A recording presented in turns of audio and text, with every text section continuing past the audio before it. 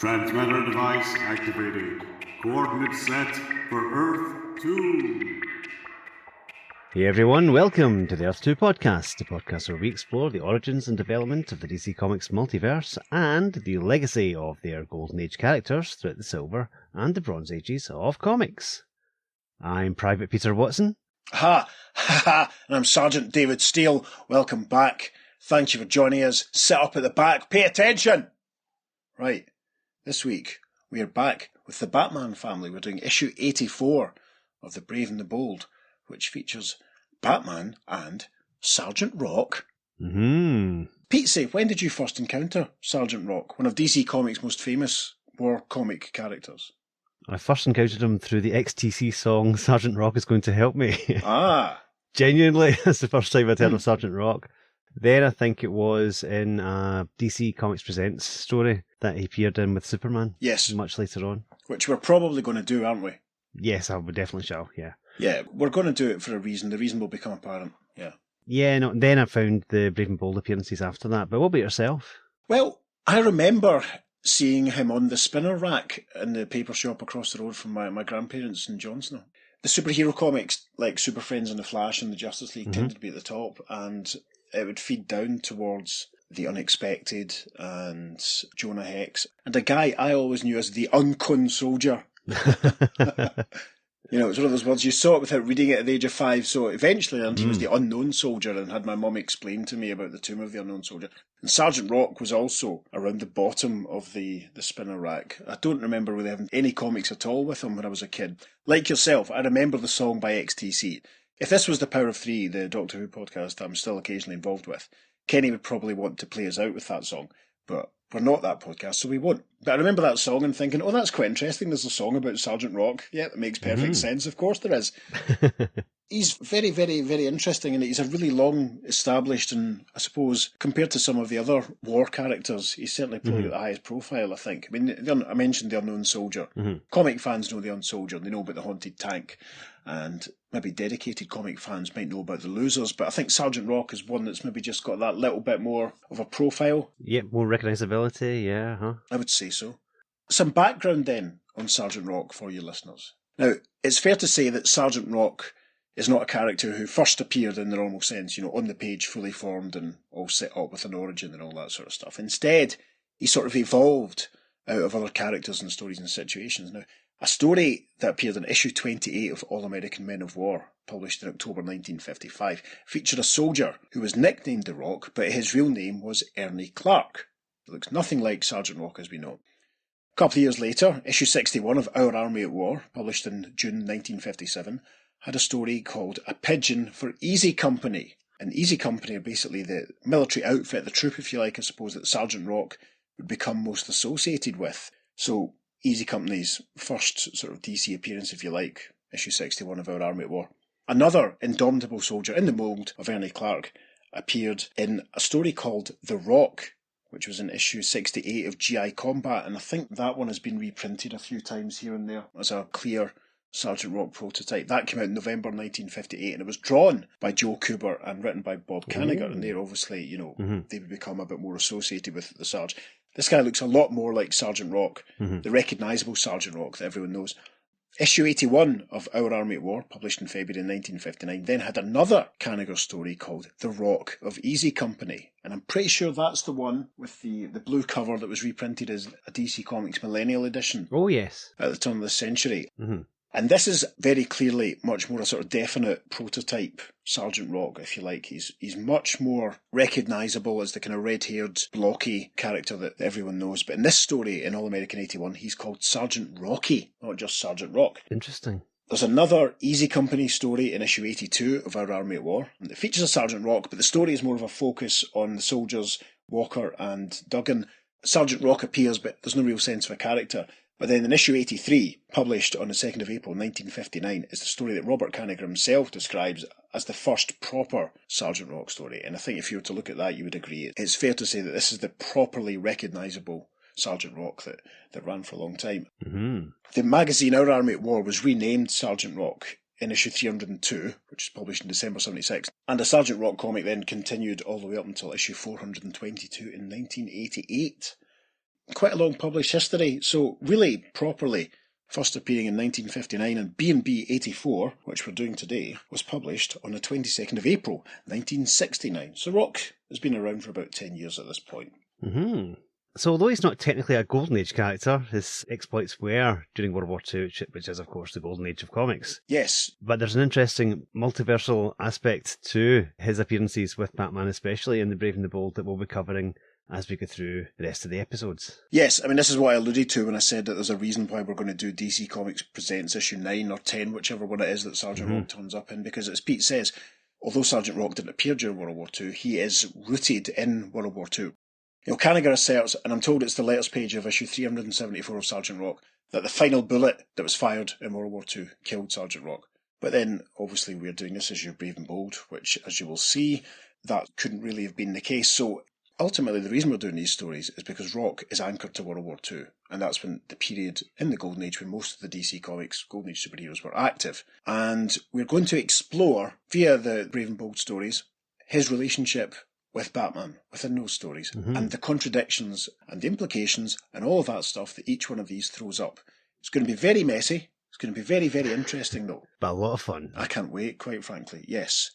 So, do you want to tell everyone about the cover to B&B issue 84? I would be delighted.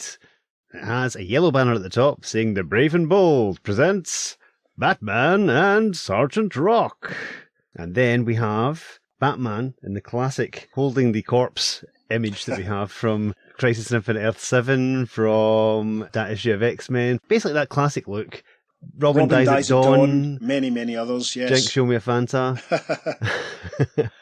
It's basically Batman standing, looking pained as he's holding what appears to be the lifeless body of Sergeant Rock, and the rest of Easy Company's corpses, it appears, are strewn around him. It's an incredibly iconic cover. Indeed. At the bottom, there is a big caption that says, "Is this the end of Easy Company? And is Batman to blame?" And there's a small signature in the bottom left-hand corner. David, what does that say there? It says Neil Adams.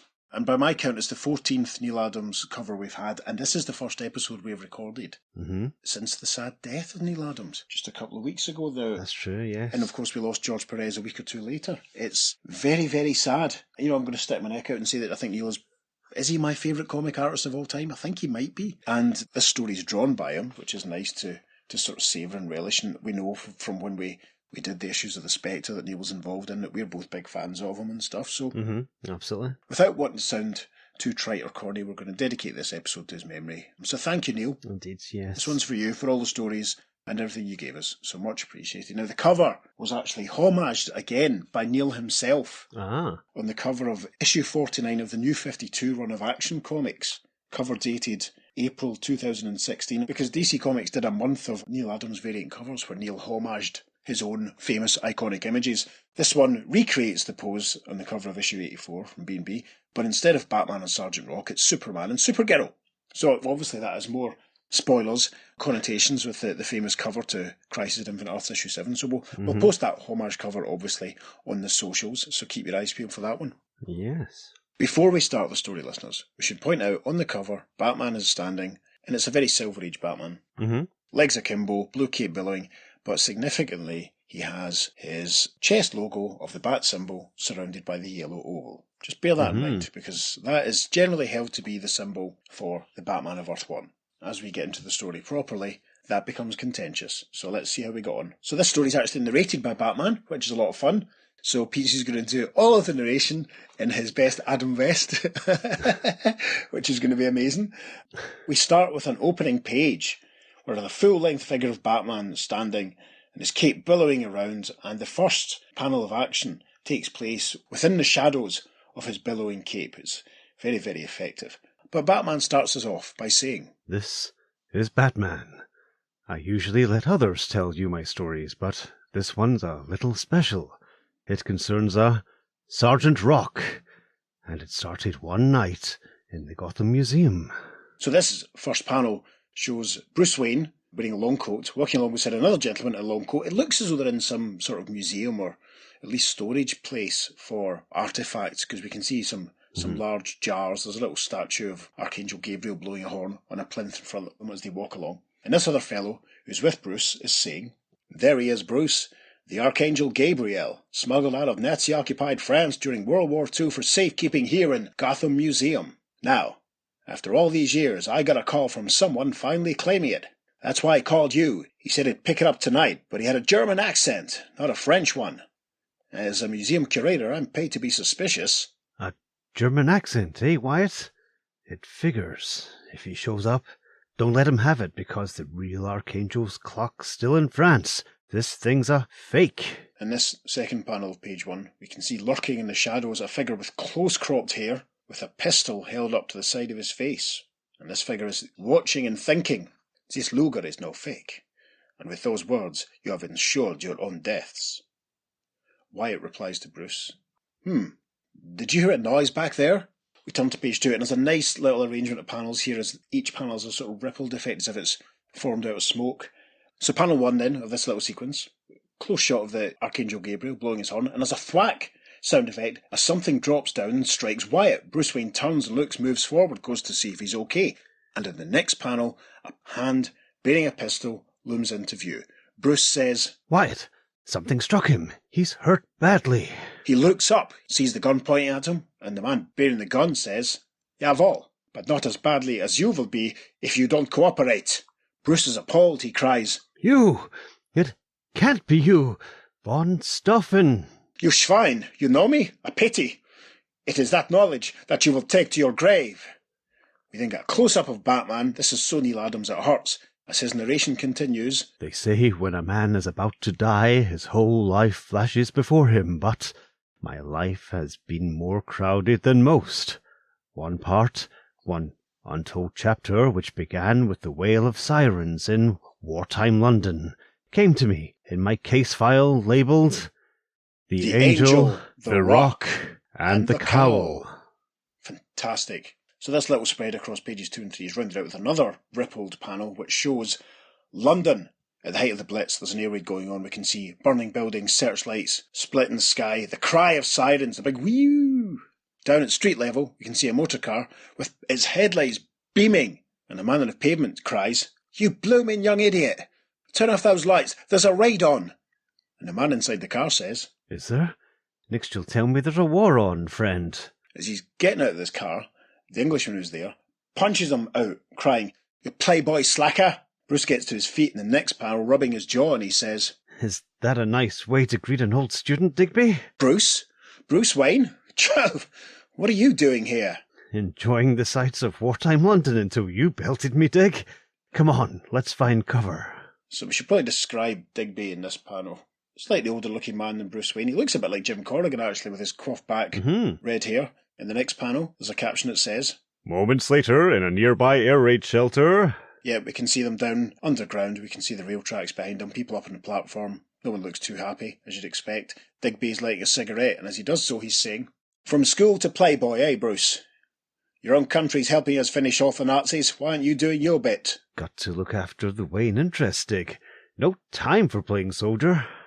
And then the final panel of page 3 is a shot of Bruce Wayne looking very moody as he thinks. Can't tell him that, as Batman, I'm working for Uncle Sam tracking down war saboteurs, and that I'm here observing British methods using my Wayne identity as a cover. But I sure wish I could change that look in his eye. Yes, Digby probably looks a bit disapproving. Now, this is where we have to kind of stake our colours to the mast immediately here. This story is set during World War II. Bruce Wayne is present as an adult and working as Batman, so this is essentially an adventure of the Golden Age Batman. It has to be. Or is it? Or is it? We will discuss at the end of the tale. As usual, we just take the evidence of the story in front of our eyes. Mike's Amazing World has an assertion that I throw out completely, which we'll probably discuss. Knowing Pete C, it's probably what he's going to suggest. For a story set during World War II, this is what I'm convinced is happening. Anyway, so we turn the page, top of page 4, the caption to the first panel, Batman narrates. Then, as we left the shelter, a Nazi V2 buzz bomb streaked down. Yes, there's a massive blam explosion going off that strikes Digby and strikes Bruce Wayne. Digby's down on the ground. In the next panel, he's not doing too well. Bruce cradles him as Digby says, "I've bought it, Bruce. My mission, important. Didn't have time. Report to my superiors. You must tell them. Something odd about the wine. At Chateau Rouge. Don't fail." I'll tell them, Dig. Cheerio, slacker. And Digby breathes his last. The caption for the next panel. Next day, at number 10 Downing Street. Bruce Wayne is in conversation with none other than Prime Minister Winston Churchill. Prime Minister's saying, His Majesty's government appreciates greatly the information you have brought, Mr. Wayne. Your late friend Digby Palmer was one of our agents making secret paradrops into occupied France. The next panel shows the PM standing in front of a big chart on the wall. He's continuing, saying, Our invasion of Europe is nigh. Mr. Palmer was attempting to find out what countermeasures the enemy is preparing. We believe he stumbled onto something important at Chateau Rouge. Since you have volunteered to complete Palmer's mission, perhaps you can discover what is odd about the wine at Chateau Rouge. The lives of millions may depend on your success. I'll do my best, Mr. Minister. Mr. Minister. No, Mr. Churchill is what his name is. Later, in my hotel room... Yes, we see Bruce looking very dapper, very thin and svelte, clearly a man in the prime of life and the peak of his youthful superheroic career. He's lifting his Batman costume out of his suitcase as he says out loud, D-Day, the invasion, is at dawn the day after tomorrow. Not much time to finish Digby's mission. I'll be posing as a French businessman, but something tells me this will come in real handy. Yep, he's glad that he packed his Bat costume. So, the first panel of page 5. That night, at a small airfield...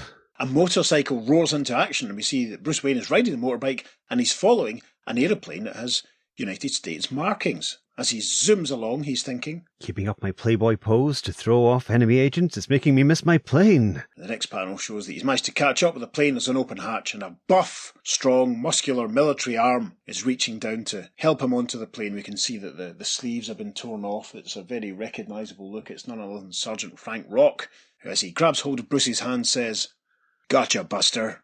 Bruce has been helped into the plane. The next panel, looking very smart.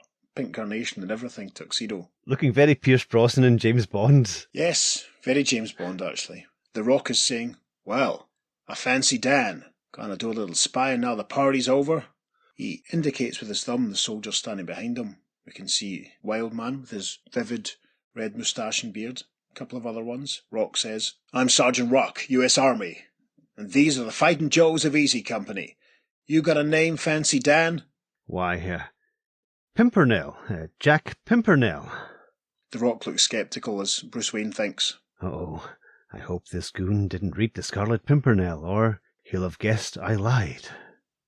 Looks like we're going to the same place, Sergeant.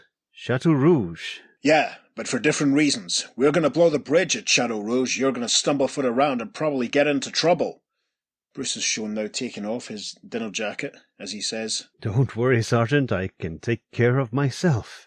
My only problem will be worrying about Easy Company, bumbling about the countryside and giving away my mission. And if you do, Jack, don't expect Easy to pull you out of it. We got a job to do, and that comes first. So, we're on top of page 6 now. Caption for the first panel very simply says, Shortly. You can see that Sergeant Rock has his parachute straps now visible. Bruce has put one on as well. Sergeant's in the process of saying, Sure you don't want us to show you how it's done? I'll manage, Sarge. And in the next panel, Bruce opens the door to take the leap, and an enemy plane suddenly strafes their vehicle. Bruce says, Yow! Yes, a rat-a-tat takes place. Panel 3, he reaches forward, grabs a grenade from the front of Sergeant Rock, saying, Excuse it, Sarge, I need this grenade. In the next panel, he hurls it towards the enemy fighter that's still firing on them. And in the next panel, there's a massive...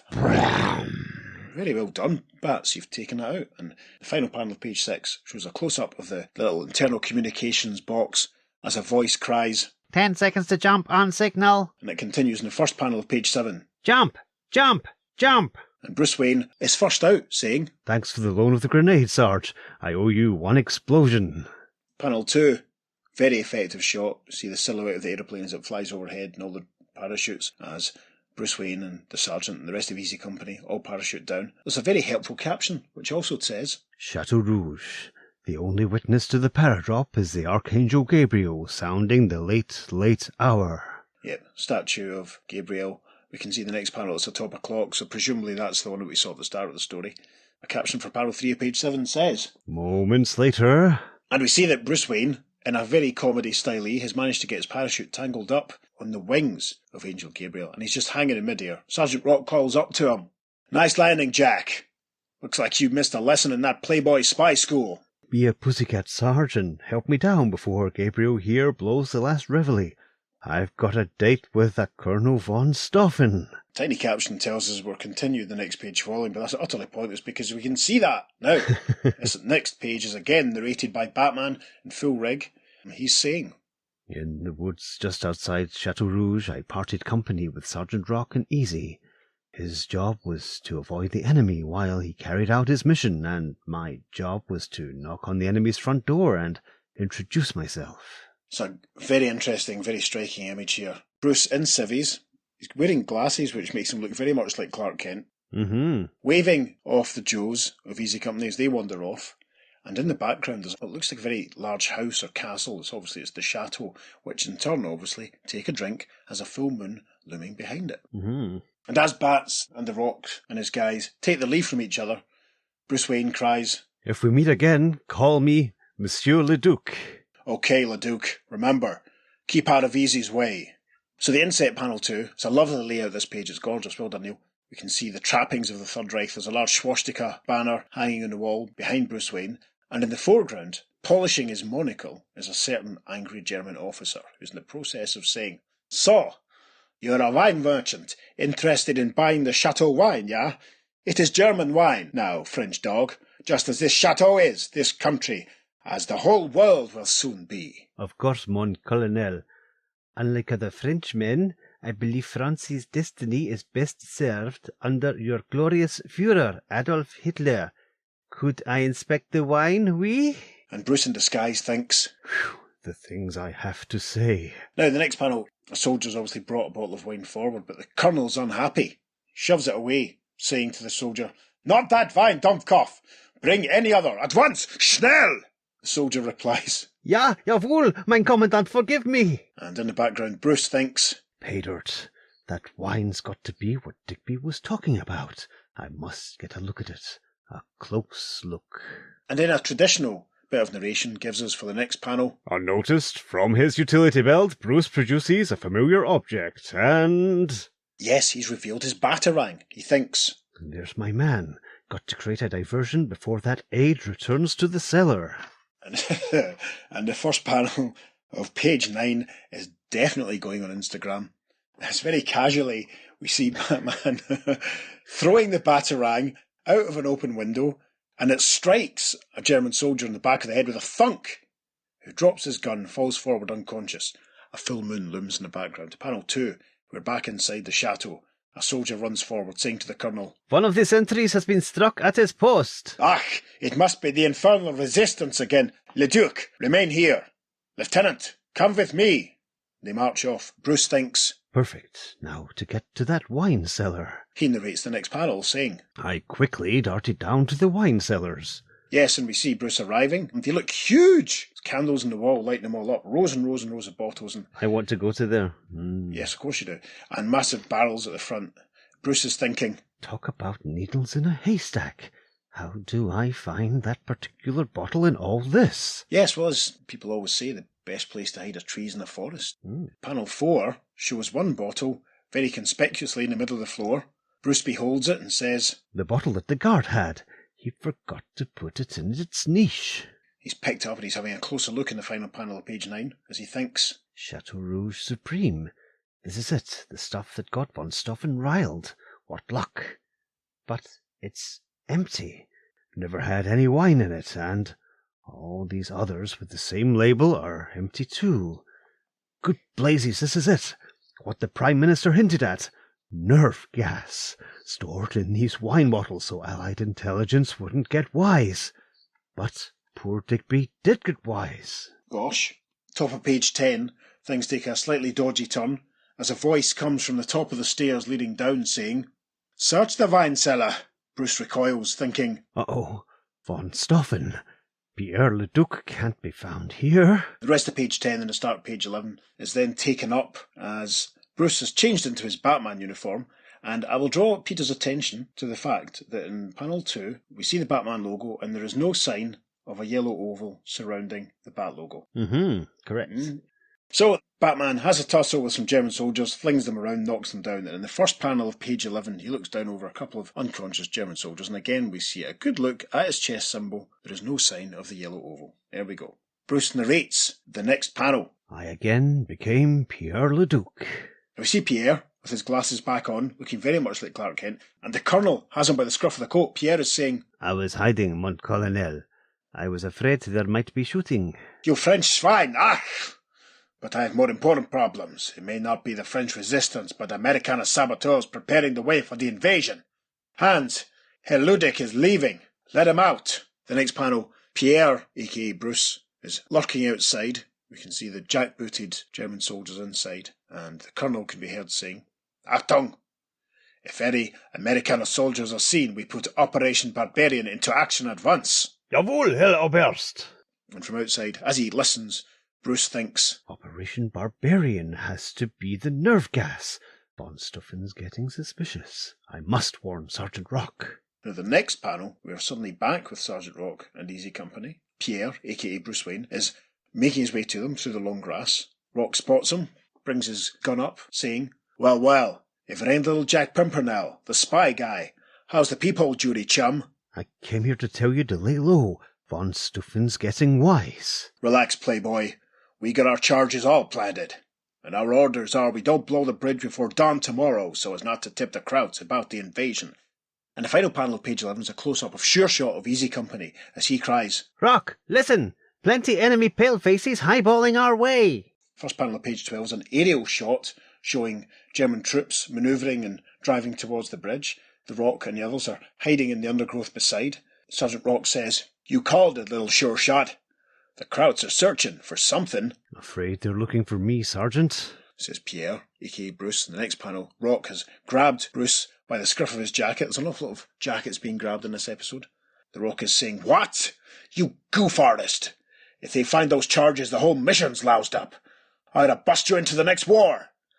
In the background, Sure Shot says, They're gonna spot us in a minute, Sarge. Right, okay guys, fan out. Make sure the Nazis don't find those charges. Panel 3's cracking. We see Rock and his soldiers in silhouette as Pierre, a.k.a. Bruce, ducks forward away from them in the light. Bruce thinks, I've got to lead the Germans away before Easy gets into big trouble. And Bruce narrates the next panel saying, But it is as Batman that I attempted my crucial diversion. A full moon looms as Batman leaps from a tree on a line and swings down over and takes out a German motorcyclist and sidecar. The German motorcyclist gets the astonishing line, Ein Fledermausmann! Scheißen! Scheißen! and there's a great Buddha sound effect in the final panel of page 12 as his sidecar passenger's machine gun goes off as Batman swings over and kicks him. Now, the first panel of page 13, it does look as though there's an oval surrounding Batman's chest symbol as he leaps into the trees as the Germans fire after him. There's some vips and spings and zings. But equally, the way he is lit, very blanket and a very pale blue, the yellow oval that we might be expecting to see is not too clear. Bruce narrates this panel, saying, Then, as more troops pursued me... Yes, and as he makes his escape through the trees, he's thinking, Good.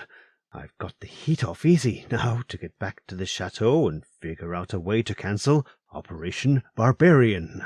Batman's caption for panel 2 says, But as I ran across the village rooftops... We see Batman arriving at the town square. We can see the Gabriel statue with the clock. It appears to be 6:15. We can see some German soldiers forming a firing squad and pointing at presumably some local lads. Batman up on the roof thinks, Blazes! French hostages about to be executed. He continues narrating the next panel. Desperate as this mission was, I had to do something to stop the execution. Yes, he leaps forward towards the Gabriel angel statue. From down on the ground, one of the German officers cries, Fledermausmann! Scheißen! Yes, and they'll fire at him. Bats ducks behind the statue saying, I need you for cover, Gabe.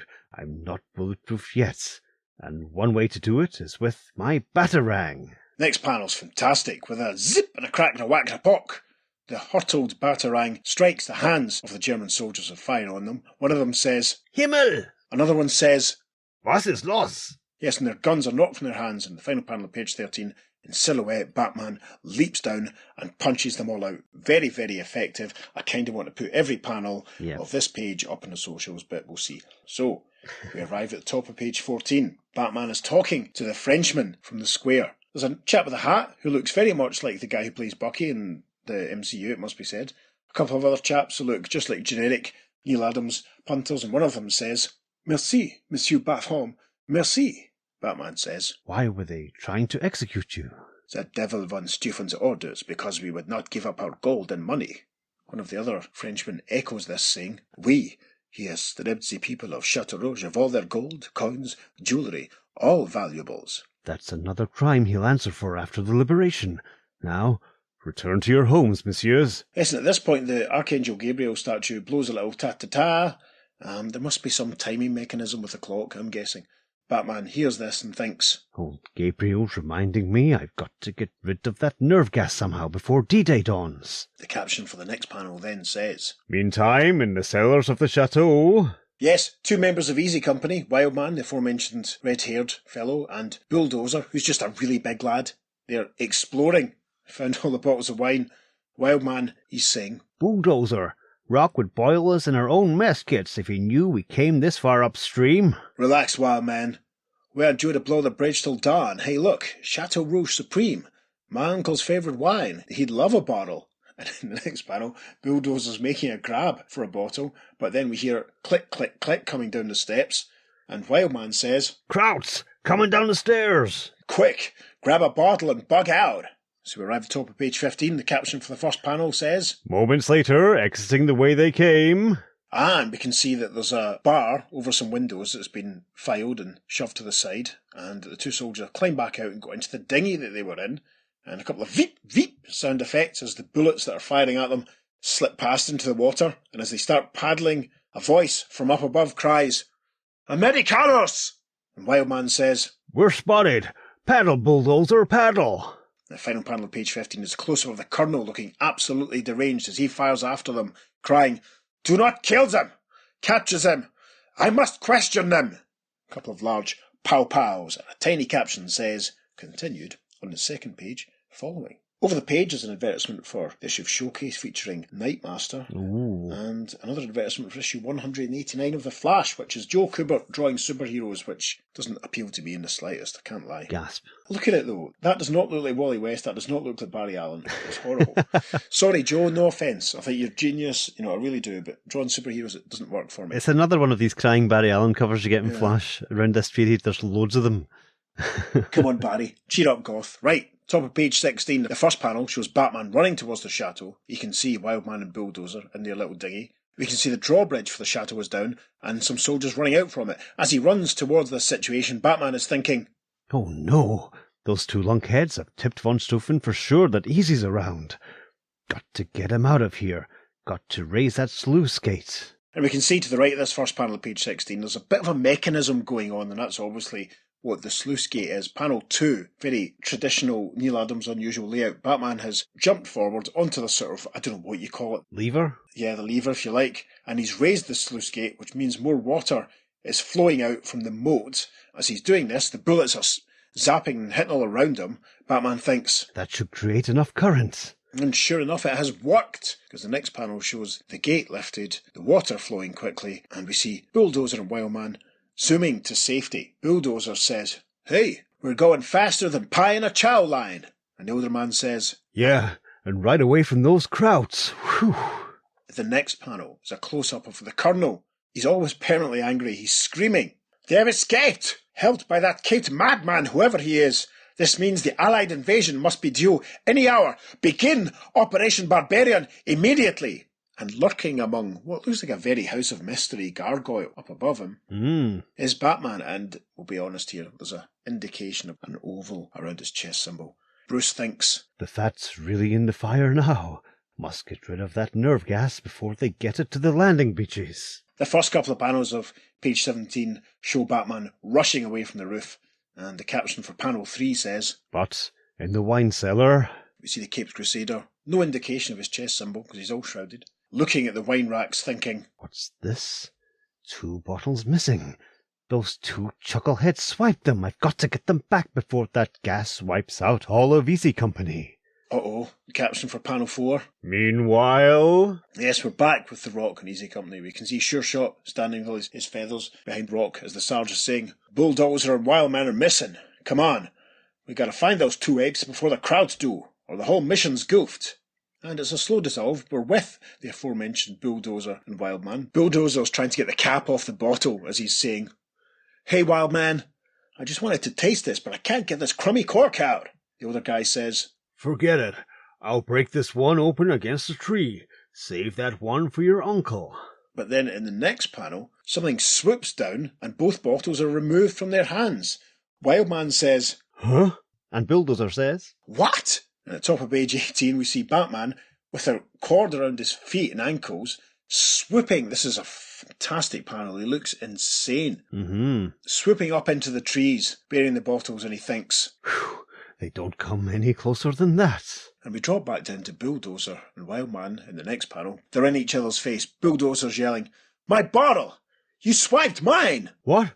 Why, you big gorilla, you swiped mine! And then Sergeant Rock arrives in the next panel and bangs their heads together saying, Knock it off, clowns! I ought to court-martial you! Tremendous. Then the Sergeant continues in the next panel saying, Don't you know how important this mission is? Wait a minute, what's that? Bulldozer replies saying, Tank, Sarge, coming this way. It's between us and the bridge. We can't avoid it. And up in the tree above them, Kate billowing behind him, no sign of his chest symbol, is Batman. Yes, and it is a tank. Batman thinks, It's von Stuffen. Gosh. A close-up of Sergeant Rock in the next panel as he yells, All right, you cream puffs. This mission's been a free ride up to now. Let's start earning our pay. Forward! In the next panel we see Batman rushing into action from the tree, and he's thinking, If I can get there before Rock... And we can see the bat symbol on his chest, but there's no sign of an oval. The first panel of page 19 shows the tank clanking its way forward, and Sergeant Rock and the Joseph Easy Company all lining up. Sure Shot says, Hey, Sarge, look! Smoke bombs! Somebody's given us cover! Yeah, we can see clouds of smoke starting to billow up around them, and they're much thicker in the next panel, as we see some clank, pow and blam and kapow sound effects, as the soldiers of Easy Company move forward into the smoke and start hand-to-hand with the Germans. Panel 3, we see the tank emerging from the smoke, and up on top of the tank is Colonel von Schoffen, and he's crying, Schweinhund! They're escaping, and it grows too dark for pursuit. This proves the invasion is only hours away. Return to the chateau. Operation Barbarian must be speeded up. And then we can see, clinging to the bottom of the tank, is Batman. No sign of a yellow oval around his chest symbol, as he thinks, Easy's okay, but now my mission's coming up to 0 hour. 0 hour, of course, being the contentious, and some might say poorly executed, 1994 sequel to Crisis. I believe that the 0 Hour Crisis in Time podcast has just released its final episode. See what you think of that podcast, check it out. So, the caption for the final panel of page 19 says, But after we reached the old chateau... Batman's again up in the gargoyles looking down at what's going on, and we can see down on the ground a series of horse and carts pulling along hay in the carts behind them. One of them's crossing the drawbridge, and the Colonel standing addressing this first. It looks as though it's been driven by a soldier because he has his arm raised in the salute. The Colonel returns the salute saying, Excellent! The hay will reach the beach bunkers before dawn. Then he raises his voice saying, For the greater glory of our Führer and the Reich, let Operation Barbarian roll. And Batman's thinking, I'm too late. The gas is in the hay, and I can't tackle all those guards single-handed. There's just one play I can make. And so, we arrive at the top of page 20. The caption for the first panel says, Shortly... And we see Batman back in his Bruce Wayne civvies in conversation with Sergeant Rock. Sergeant Rock is saying, You want us to blow the bridge when some hay carts go over? You flipped your skull, Jack. That bridge doesn't go over a second before dawn. You've got to listen to me, Rock. What's coming over that bridge can stop the whole invasion cold. I'm countermanding your orders. I have the authority, believe me. You kidding?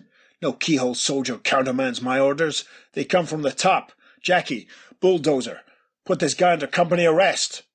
In the background, we can see the detonator that's been set up to blow the bridge. But then, from off-camera, one of Easy Company cries, Rock, something coming! The next panel, it's almost as if Easy Company themselves are up in the trees hiding, watching a bridge, and we can see the hay carts coming towards them. And amongst the silhouetted forms is Bruce Wayne, we can tell by the little kiss cuddle. And he says, There, I told you. A Nazi convoy moving to the D-Day beaches with a super weapon. Sergeant Rock says, "Hay carts and French farmers is all I see, Jack. Hold him, guys, so he doesn't try something." But Bruce isn't having it. As some of the other soldiers move forward, Bruce punches Sergeant Rock himself, sending him flying backwards with a pow. Bruce says, "You tyrant in a tin pot, I'm countermanding those 3 stripes with this." And Jackie, one of the soldiers in Easy Company, he's very impressed. He says, "Wow, what a beautiful left." And the next panel, Rock, still on the ground, setting up, he cries, "For the love of Ike, stop him!" And Bruce has hurled himself forward in the foreground of the panel. With a zing, he lands on top of the detonator, bringing the activator down. The first panel of page 21 has a massive wham! Yeah, massive explosion. We can see the wheels of the hay carts flying up into the air, flames everywhere, debris flying down into the river. In an insert panel, Rock, lit up by the flames, says, "Man, you'd better be right about this, Jack. You'd better be right." Caption for the next panel says, "And where only the armour of the Tiger tank had saved his own skin." Yep, it's the Colonel. We can see clouds billowing in front of him as he says, "Himmel, gone. All the gas blown into the atmosphere. I failed. Der Führer will have me shot. I must get away before the Allies take this place. I must save myself." Now, the next panel, we're back with Easy Company, as someone says, "Huh? Wine bottle bits raining down like flak fallout." "He was right, Sarge. Look, Nazi gun parts." We can see amongst the bottles there's some other bits and bobs. Bruce contributes to this conversation, saying, "Now do you believe that was no innocent hayride?" Sergeant Rock's not happy. He replies saying, "You were right, playboy, but I can't let you go round belting sergeants. It sets a bad example, so no hard feelings." And with that, he punches out Bruce Wayne. Fantastic. Page 21 ends with a tiny caption saying, "Continued in the second page following." And the first panel of page 22 shows Bruce Wayne rubbing his jaw, saying, "Okay, Sarge, we're even. You..." Then Bruce is distracted. He thinks, "Uh-oh, coming down on a chute." And he lunges forward in the second panel, shoving Rock out of the way. Bruce cries, "Look out!" "Oomph," says the sergeant. There's a massive thud as a huge piece of American military armament lands on the ground beside them. They're both on the ground in the next panel. Rock's looking up at the sky saying, "A US Army field piece. The invasion. It's begun." "Right, Rock. And we've both completed our missions with one blow." "You know, you're okay for a playboy spy. You saved my skin just now, and someday I'll repay you." And then this panel ripples out as we return to the present day as Batman narrates, "It took barely an instant for all those memories to flood back to me, and in that instant von Steufen's gun did not waver 1 inch from my heart." Yes, we're back in the present day. Bruce standing, looking pained. Von Steufen, his hair now white after all the years, pointing a pistol at him as Bruce says, "Von Steufen, you survived the bridge, the war, but what are you doing here in Gotham City?" "I do not know how you know me, Schwein, but yeah, I survived the war hunted and hiding like an animal. I've waited until it was safe. Now I have come for my golden angel. He will let me live like a king in South America. Ha! Ha!" "The angel, of course. The real one would have been missed after the liberation, but this one's a fake. Shipped out of France by you, and underneath that paint it's solid gold. The gold you stole from the people of Chateau Rouge." First panel of page 23, we can see that Von Steufen is bringing his pistol up to bear on Bruce Wayne. He says, "You're very clever, but it does you no good. Now, you and your unconscious friend must die." Bruce thinks, "I must stop him, make him pay for his crimes, but he's coiled around that trigger like a cobra. I haven't a chance." Caption for panel 2. But suddenly... A uniformed arm reaches forward, grabs Von Steufen by the mouth and slams him back into the wall with a clong, and a voice belonging to this arm says, "Okay, Ratsy, the game's over." Bruce Wayne is astonished. He exclaims, "Sergeant Rock, I can't believe it." "Hiya, Jack, buddy. Long time no see." "But where in blazes did you pop from?" We can see it's Sergeant Rock here, wearing more of a dress uniform, looking older. His hair's gone white. The next panel shows Von Steufen out for a count on the ground, as Sergeant Rock continues, "I'm flying from Europe on furlough when I see this son of the swastika in the next seat. I remember he's a wanted war criminal, so I follow him here." What a fantastic lucky break for me, Rock. Another second and... thanks. "Forget it, pal. You saved my hide back at Chateau Rouge. Now we're even." So, you're still in the army? Sure. I'm a 30-year man. The army's my home and Easy's my family. How about you? Still keyhole peeking? Why, yes, I'm a private investigator now, Rock. And so we arrive in the final story page. Wyatt is regaining consciousness, hand up to his head, Bruce helping him to his feet. Rock continues saying, "Looks like your friend will be okay. Well, I gotta move out, Jack. You can get rid of this Nazi garbage. Take care of yourself, pal." So long, Rock, and you take good care of yourself, and Easy Company too. Caption for the final panel, Proper says. And as Rock left the man he knows only as Jack Pimpernel. Yes, we have a proper good shot of the older Sergeant Rock as he walks away. Bruce watches him go, thinking, Look at him. Tough, indestructible. Uncle Sam's got nothing to worry about with men like him defending America. And we round out with a shot of a smiling Batman, who gives us a little bit more narration as he says, My file labelled The Angel, the Rock and the Cowl can finally be stamped case closed. Even now I find its ending hard to believe. Thanks for letting me tell it to you personally. "Oh, you're welcome, Bats." And a final non-Batman narrated caption says, And as the call, they'll never top this one, goes echoing down the halls, we say, dear reader, this issue of B&B was just done to prepare you for our next phantasmagorical delight. Gosh. And although it doesn't say it, The end. Well, what'd you think of that then? That was very exciting. I really enjoyed that, yeah. It was, I loved it. Yes. I didn't pick up on it the first time I read it, but I love how the fact that at no point does the Batman reveal himself to Easy Company. No, always in the shadows, yes. Operates around and all that sort of stuff. I think that was a nice touch, because technically it is Batman and Sergeant Rock in the same story, and obviously there's nothing like what happens on the cover. No, definitely not. No. Takes place, which is tremendous. I'm very amused by that. Yeah. Maybe that's what might have happened if Batman hadn't been so effective. True. So, in some ways, it's a fairly generic running about spying story. I mean, there's some good humour with the soldiers and the wine cellar and stuff. Yeah. Do you echo my assertion that this is happening on Earth 2? Yet with all the evidence given, it does seem to be an Earth 2 story, which is interesting. It's also interesting that Sergeant Rock is alive and an older man at the end, which is contrary to what Robert Kanigher had envisaged. Yes. But yeah, basically the yellow oval is hardly seen at all. You do sometimes see an oval shape around the symbol, but there's no yellowing to it. You only see the yellow oval on the cover and on the narrative kind of splash character page on the splash page. Yes. But apart from that, there is no yellow. As you said, there's several panels that do have an oval, but there's not any yellow tint to it. Yeah. What I find hilarious as well is at the very back, the very last page of this comic has got an advert for this very issue, which is hilarious. Oh, so it does? I hadn't realised that, yeah. So if you're reading this and you thought, that looks really good, I'll pick it up. Yeah.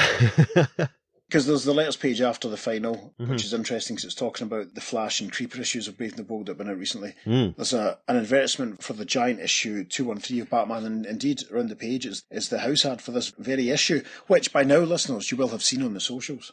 Yes, that is quite amusing, actually. It's unusual at this point for the actual house ad for a comic to appear in the comic that it was being published in. I just want to go back to what you said about Rock being alive after the war and how that wasn't what Kanigher had intended.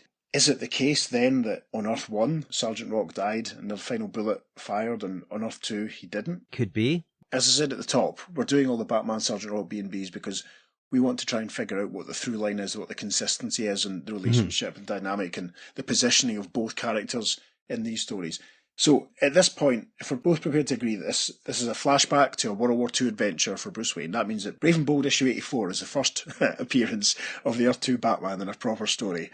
So that's quite funny. The evidence seems to imply that, yes. Yeah. I mean, also at this point, we're saying that Frank Rock is a career served soldier, as you said there, a 30-year man who survived through World War II and is still involved in the services. So with all that in mind, we'll have to consider all that when we do the next Brave and Bold that Sergeant Rock is in, just in case things are hinted at or suggested being a little different. Now, there's one thing before we sort of move on from the slightly contentious aspect of it, is the conceit of Earth B is something that arises eventually. Yeah. A suggestion that all of the stories in Brave and Bold take place on another Earth outside the normal, just because that then allows for all the inconsistencies and continuity errors and such like. But I think at the moment we can say this one is Earth 2. And I think I mentioned earlier on Mike's Amazing World, that fantastic website that's so useful. Mike asserts, based on the fact that the yellow oval is visible on the cover on page 1, he asserts that it's the Earth 1 Batman who has time travelled back via Professor What's-His-Face, the hypnotic time traveller guy. Professor Carter Nichols, yes. Yes, I don't think we've encountered yet on the podcast, have we? We've not, no. I've read a couple of those stories, yeah. We might never see him, but you never know. And I don't agree with Mike on this assertion. You know, there's nothing to suggest that whatsoever. No, not at all. I mean, there's the Batman and Scalp Hunter issue, which features the Professor. That's correct, yeah. If the Professor had appeared, I wouldn't have minded. I've gone, right, well, this is clearly what's happening. But the fact that Batman at the beginning narrates it, that it flashes back to his youth in World War II, where he is also, this is for me. This is the original Caped Crusader for me. Yes. Yeah. So we shall see how these things develop. Anything else you want to say about the story, Pete? Yeah, it's interesting that Bruce Wayne is working undercover for Uncle Sam. Yes. And has been sent there on a mission. That's so unusual. When he says Uncle Sam, does he mean that metaphorical working for the United States government, or does he mean Uncle Sam, the Quality Comics superhero who we will meet as a member of the Freedom Fighters? Can you imagine? I can imagine. That's something I hadn't even considered. That's hilarious. I think our Twitter pal, the multiverse historian, must have thought about that at some point. I'm sure he would agree with us that it's a real reference to Uncle Sam, the character. Excellent. Batman was a prototype freedom fighter. There you go. I like it. Before the original lineup. It would be after the original lineup, actually, by this point, because if we're in at the thick of the war, you know, this is beyond the formation of the group that we see in All-Star Squadron way in the future. Yeah. Yeah, I like to think it meant the real Uncle Sam. I might have to conjure an image up with 3 action figures for this, I think. I'm also wondering, because of the setting of this, because it's actually firmly set just before and just during D-Day, I wonder if there are any other Sergeant Rock stories that are actually based around that time. Ooh. I'm sure Rich from the Weird Warriors podcast would be able to tell us that. That's very interesting. You know, I can't think off the top of my head. I do have a lot of war comics. I've got a massive run of Our Fighting Forces and The Losers and quite a lot of GI Combat and a reasonable amount of Sergeant Rocks, but I don't remember coming across a D-Day story before in any of them. So that's very interesting to bear in mind. As you say, maybe Max and Rich will have a better idea. Maybe they could tell us. If you're listening, guys, please let us know. Yes, please do. But yeah, as I said, really fun story. Really enjoyed it. The artwork is sensational. Yes. Some of the layouts are just fantastic. And again, we've talked about it a lot recently. The colours and the use of shadows and everything in this are just so vibrant now. Yes, absolutely. As I said, there's the shot of the Colonel firing down at Wildman and Bulldozer when he's lit up almost by the flame from the gun, and it's stunning. And then all the moody shots, as we said, of Batman running through the trees and such like. Great use of silhouette, and you can tell it's taking place at night because of the muted colours. There's, again, because it's Neil Adams, there's great use of close-ups and stuff. It's brilliant. Indeed, yeah. He does a good Winston Churchill, it must be said. He does actually, yes. He's great. And of course, because it's a Bob Haney story, it's just tons of fun. It's just, there's so much action and drama and twists. I mean, nerve gas and wine bottles, what? Fantastic. I know, that's brilliant, isn't it? Madness. Yeah. Love it. I know. Because people always talk about zany Haney, but this was actually a really good sort of rollicking World War II adventure more than anything else. It wasn't too out there. It's almost kind of Mission Impossible, like, with Batman sneaking around as the actual soldiers are doing their soldiering. Yes. And he's basically setting up all the pieces and fixing things behind the scenes. It's really cool, yeah. Yeah, I mean, I think, as I said already, I love the fact that he didn't reveal himself to them, and that they weren't aware that he was even there. That's sublime. That's one to bear in mind for the next time Batman and Sergeant Rock meet up. Yes, that's true. Because, as far as they're concerned, there's no mention in that story of them actually having met and Sergeant Rock having any kind of relationship with Batman. But he recognised Pierre, or Jack as he called him, Bruce. That's very interesting. Jack Pimpernel, the worst pseudonym you can come up with, Bruce. Yes. Come on, you're better than that. It really is. It's not very good, is it? My name's Gordon Commissioner. You could have said that. Anything would be better than Jack Pimpernel. Yes. Hello, my name is Mr. Burns. I believe you have a letter for me. Okay, what's your first name, Mr. Burns? I don't know. My favourite bit from The Simpsons ever. It's my joint favourite bit from The Simpsons ever. Alongside David Crosby, I'm your biggest fan. Oh, you like my music? You're a musician? That gets me. Here we are. No, it's a lot of fun. I mean, as we said at the top, there are a few Batman and Sergeant Rock stories. One which is undoubtedly set in World War II, because it has, on the cover, it has Batman with a big chest symbol minus a yellow oval, and it's undoubtedly on Earth 2 during World War II. And there's a few other ones which feature the kind of older Sergeant Rock, so it will be interesting to see how they play out, and as Pete said, if they address the relationship. Yeah. It's going to be tons of fun. Shall we jump to the letters page then? Let's jump to the very sparse letters page, because there's not a lot to be said here. In fact, the whole concept of the Earths isn't even mentioned. Gosh. So skipping ahead to Brave and Bold issue 87, which is Batman and the new Wonder Woman team up, which is a lot of fun. Interesting. The first letter says, Dear Editor, Brave and Bold 84 was a sensational saga. I've never seen anything like the Angel, the Rock and the Cowl, but one thing disturbed me. Sergeant Rock and Colonel Von Stoffen were shown aging, but Bruce remained the same. What happened?